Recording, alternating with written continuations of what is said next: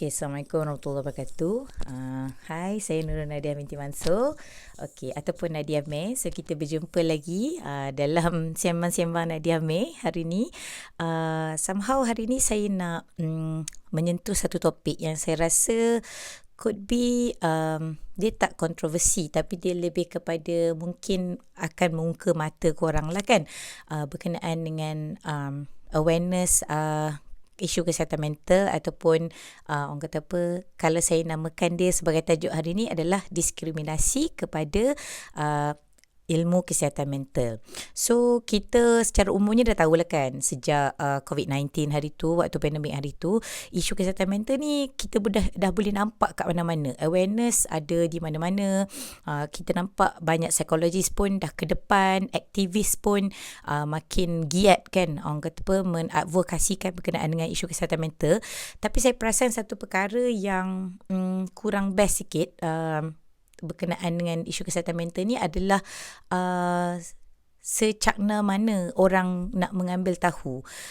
Kebanyakan masa kalau kita tengok dekat talk di mana-mana kan, peserta-peserta yang datang tu dia sama ada dia adalah orang yang sakit ataupun orang yang dia ada ahli keluarga yang mempunyai masalah kesihatan mental, ataupun mungkin sedikit lah, beberapa percentage je orang yang memang minat nak jadi psikologis ataupun minat nak masuk dalam ruangan psikiatri ataupun ruangan psikologi lah, maksudnya nak tahu lebih lanjut. Tapi secara umumnya kalau kita kata tak ada masalah, tak ada apa-apa motivasi di sebaliknya tu, tak ada ramai orang sangat pun nak tahu macam tu kan. So perkara ni membuatkan saya terfikirlah, adakah kena seseorang tu menghadapi masalah ataupun ada ahli keluarga yang menghadapi masalah baru kita nak ambil tahu, which is at some point memang betul jugalah, bila kita dah terkena benda tu barulah kita nak ambil tahu kan. Tapi saya rasa lebih kepada sebenarnya juga adalah keterbukaan mata kita berkenaan dengan betapa pentingnya ilmu psikologi, ilmu berkenaan dengan kesihatan mental. Sebab perkara ni, kalau saya sebagai seorang first aider, kita tahu yang sebenarnya isu kesihatan mental ni dia adalah isu yang mempunyai spektrum. So dia boleh jadi disebabkan situasi, dia boleh jadi disebabkan biologi kita, dia boleh jadi disebabkan pelbagai faktor kan. So disebabkan ada pelbagai faktor ni, pada saya rasa sepatutnya ilmu-ilmu terkait dengan psikologi ni kan, dia perlu lagi diambil tahu sejak awal lagi. Contohnya lah kan, macam hari tu saya baca buku berkenaan dengan mindset. Mindset ni dia adalah perkara yang terkait secara tak langsung dengan ilmu psikologi dan juga skill kemanusiaan.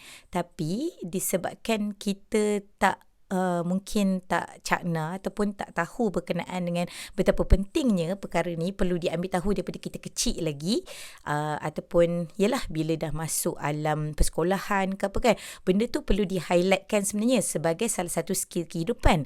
Tapi disebabkan kita rasa macam benda psikologi ni mungkin untuk orang yang sakit, mungkin untuk orang yang tak berbetul, mungkin untuk orang yang ada masalah macam autism ke, ada isu-isu kesihatan mental yang lain ke, yang hanya diorang sahaja yang perlu tahu. Sedangkan ilmu psikologi ataupun ilmu yang terkait dengan isu kesihatan mental ni, pada saya dia adalah salah satu skill-skill yang wajib ada. Contohnya saya quote kembali kata-kata daripada Puan Azlina dalam sesi sesi bersama dengan saya Ikram Muda. Beliau ada mengatakan bahawa validasi emosi adalah salah satu skill yang paling penting di abad ke-21 dan paling penting untuk generasi zaman sekarang. Begitu juga dengan skill mengenali toxic positivity, begitu juga skill berhadapan dengan orang lain. So semuanya tu dia ada terkait dengan ilmu psikologi. So bila kita sort of macam discriminate ataupun kita rasa macam ilmu psikologi ni dia hanya untuk orang-orang tertentu, maka kita akan terlepas peluang untuk dapat ilmu tu kepada diri kita sendiri. So pada saya dia adalah salah satu perkara yang sangat sayang lah kan, sebab sebagai seorang manusia kan, kalau macam hari tu saya baca pun buku With the Heart in Mind, penulis menceritakan macam mana Rasulullah merupakan satu figura yang sangat hebat ilmu psikologinya. Maksudnya memang Allah dah beri example ataupun kita kata contoh daripada Nabi Muhammad sallallahu alaihi wasallam sendiri yang merupakan orang yang sangat skillful dalam ilmu-ilmu psikologi. So nak dikatakannya Rasulullah tak pergi universiti ke sebagainya kan, tapi beliau mahir dalam ilmu psikologi. Pada saya itu adalah salah satu dalil pembuktian bahawa ilmu psikologi ni kita perlu ambil tahu daripada awal lagi. Maksudnya ilmu psikologi ni tak semua orang lah perlu pergi jadi psikologis, tapi at least contohnya kalau parents tahu ilmu psikologi terkait dengan parenting, untuk ibu, apa lagi untuk anak-anak, perlu tahu macam mana nak melahirkan resilient dalam kehidupan anak-anak. Saya bercakap ni bukanlah nak katakan saya adalah orang yang mahir dalam ilmu psikologi, tapi saya bukan pakar pun, tapi nak kata saya hanya sebagai aktivis dalam bidang kesihatan mental. Pada saya setelah macam dah baca bersama dengan pakar sebagainya, ilmu-ilmu ni dia adalah ilmu-ilmu kemanusiaan, dan pada saya lah sepatutnya ilmu psikologi ni kita perlu highlight ke dalam silibus sekolah pun sebenarnya.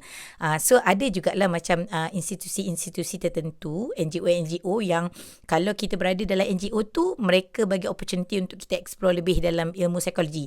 Tapi itu pun dia tak jadi secara meluas lah, sebab di Malaysia especially, ataupun di kalangan rakyat Malaysia, ilmu psikologi ni belum jadi tahap yang penting. Dia belum jadi macam ilmu leadership ke apa ke. Walhal ilmu leadership tu pun kan dia ada terkait sebenarnya sedikit sebanyak tentang skill-skill yang kita boleh belajar daripada ilmu-ilmu psikologi. So ilmu psikologi ni luas, tapi kita boleh cerakingkan dia kepada beberapa perkara lah kan.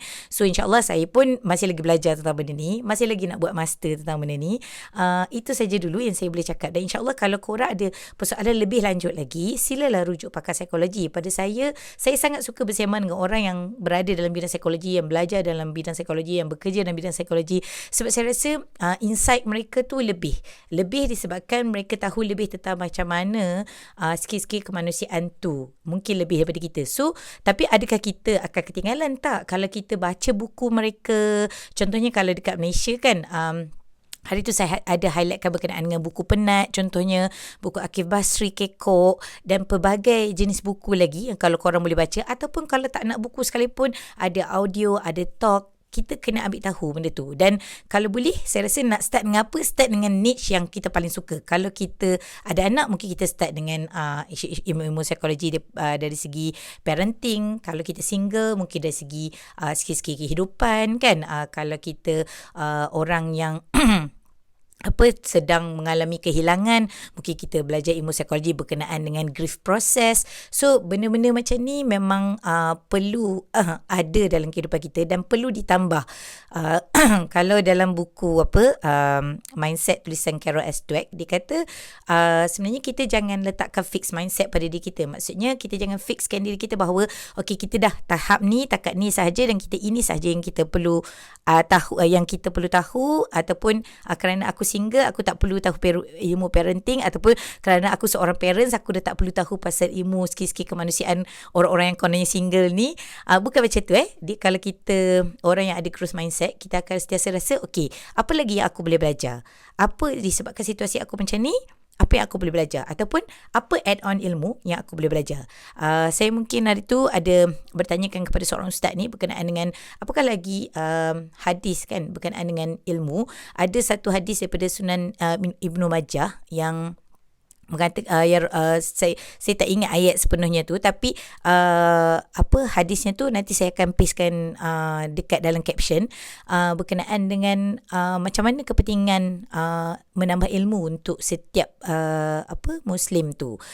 Dan kalau kita tengok dalam Quran sendiri pun, dalam Quran sendiri ada disebutkan berkenaan dengan doa untuk menambah ilmu, Rabbana zidni ilma kan.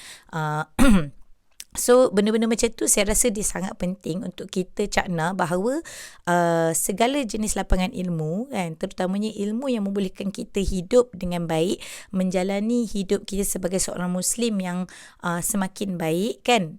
Kita nak menjadi orang yang sentiasa improvekan diri kan, sentiasa menambah baik dalam hal-hal kehidupan kita dalam banyak segi. So saya rasa ini antara perkara yang sangat penting untuk kita dapatkan, masterkan, dan insya-Allah kalau ada rezeki kan dan peluang, kita sebarkan sama ada dalam ahli keluarga kita ataupun dalam orang sekeliling kita.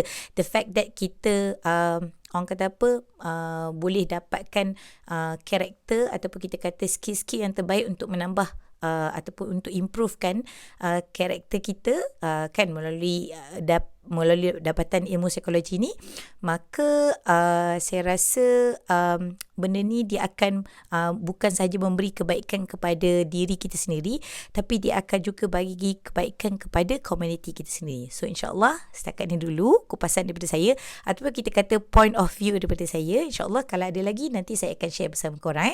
Assalamualaikum.